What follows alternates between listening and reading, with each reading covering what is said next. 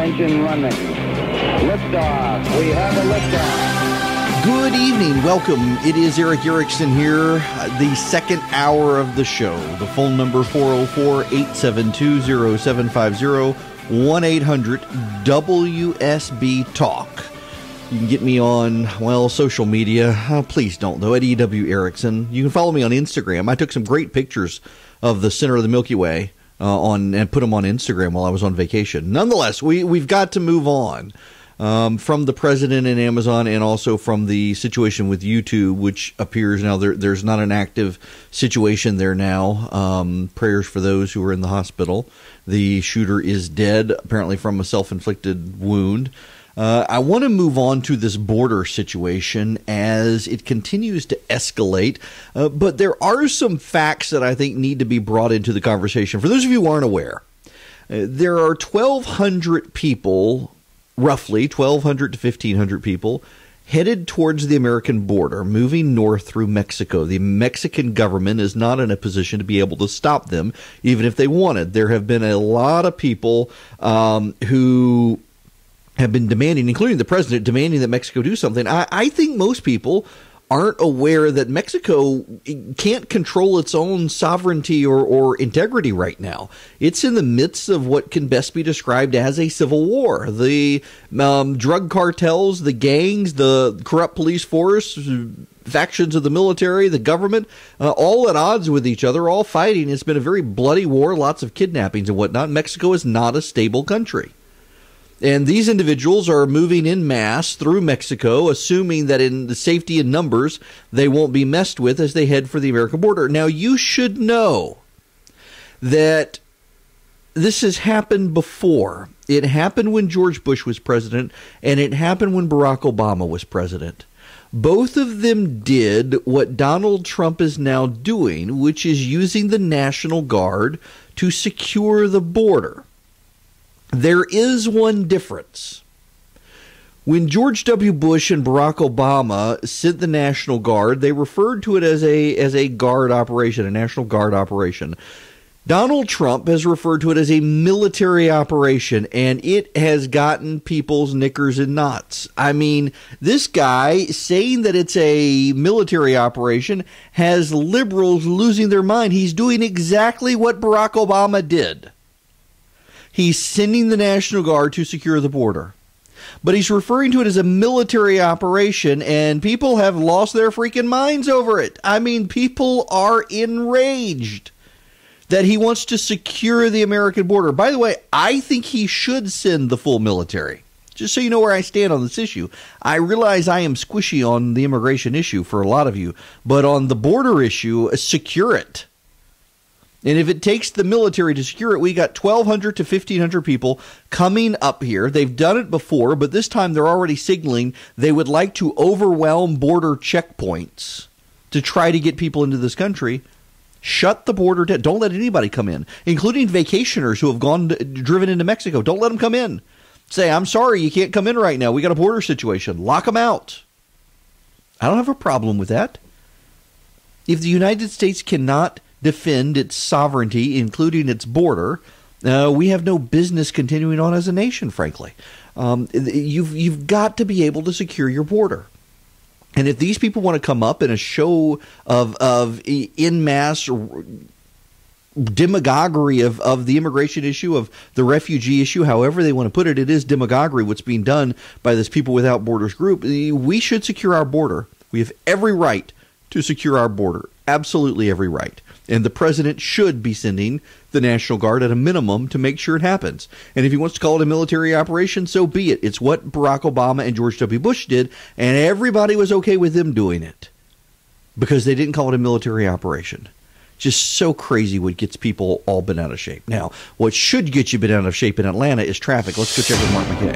And if you do want a relief and you want to see Erick's pictures, E.W. Erickson, he is worth a follow on Instagram. Very well done, sir. 613. Yeah, it's been a tough ride for South Fulton County residents heading out of South Fulton and into Coweta County along I-85. At least all lanes are open. 85 southbound Highway 74, Sonoy Road. We had a couple of right lanes taken out there at exit 61. Heavy delays back at 285. 285 starting to the load across the north side perimeter. Still difficult, though, in spots westbound from Georgia 400 on the outer loop past South Cobb Drive. Inner loop jammed in, leaving Ashford Dunwoody Road. You see relief there past Highway 78, the Snow Mountain Freeway. Eric?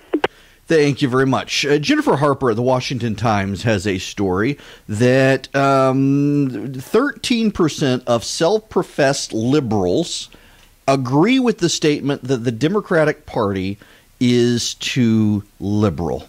Think about that. 13% of self-described liberals think that the Democratic Party is too liberal. Now, why do I put that in terms? Well, let me give you the greater focus on this. And this is Economist YouGov. Stop. Sorry, folks. The speakerphone in the office just went off. I was trying to prevent it, but it did it anyway. So an Economist YouGov poll finds that half of registered U.S. voters, 48%, say that the party is too liberal. 48%. Half of registered U.S. voters. Now, stop right there. Registered U.S. voters tend to lean Democrat. Always have, always will. A registered voter and a likely voter are two different things. A likely voter is someone who's likely to show up. You can get registered to vote just by going and getting your driver's license. Suddenly you're registered to vote. You sign the form. You don't even realize you're registered to vote, but you never go vote. Registered voters lean Democrat. So if 48% of registered U.S. voters think that the Democratic Party is too liberal, among likely voters, it's probably 51, 52%. 13% of liberals agree. Very few felt the party was liberal enough. 48% of registered U.S. voters say the Democratic Party is too liberal. That's 76% of Republicans, 40% of independents, 15% of Democrats, 13% of liberals. 25% of voters overall are not sure if the party is too liberal or not. 23% overall say the Democratic ideology is about right. 9% of Republicans agree with that. Only 49% of Democrats say that. See, here's the problem. If they went further left, that number of Democrats could probably come up, but the number of people in the country who think that Democrats are too liberal would go up as well, and it would get the Democrats all out of skew. 11% say the party is not liberal enough. Think about that.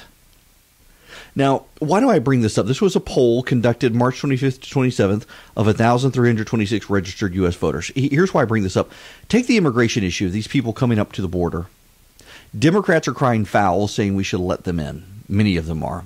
There's a guy running for Congress in the 1st Congressional District in Wisconsin who wants to get rid of ICE, the Immigration and Customs Enforcement. He wants to get rid of the agency. He wants to stop enforcing our immigration laws.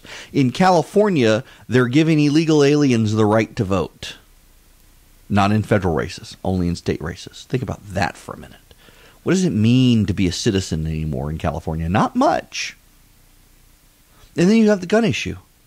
The gun issue is single-handedly boosting President Trump's favorability. Now, you should know in the polling average, his favorability rating is 41%. Fox News did a thing this morning showing that he was ahead of Barack Obama. That's only in the Rasmussen poll. In the actual take all the polls and take the average, he's actually behind. He's at 41%. But the numbers are headed up. That's what I said yesterday about Rasmussen. Very rarely does Rasmussen get the right percentage, but they tend to be pretty good at tracking the shift. And the shift has been in Donald Trump's direction because the left is freaking out gun owners over their anti-gun position, radical anti-gun positions.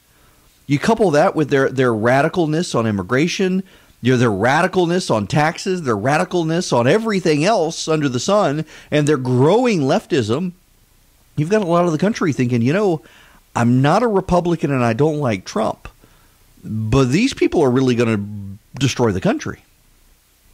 And that could potentially help Republicans come November. The Democrats can't help themselves but go to the left.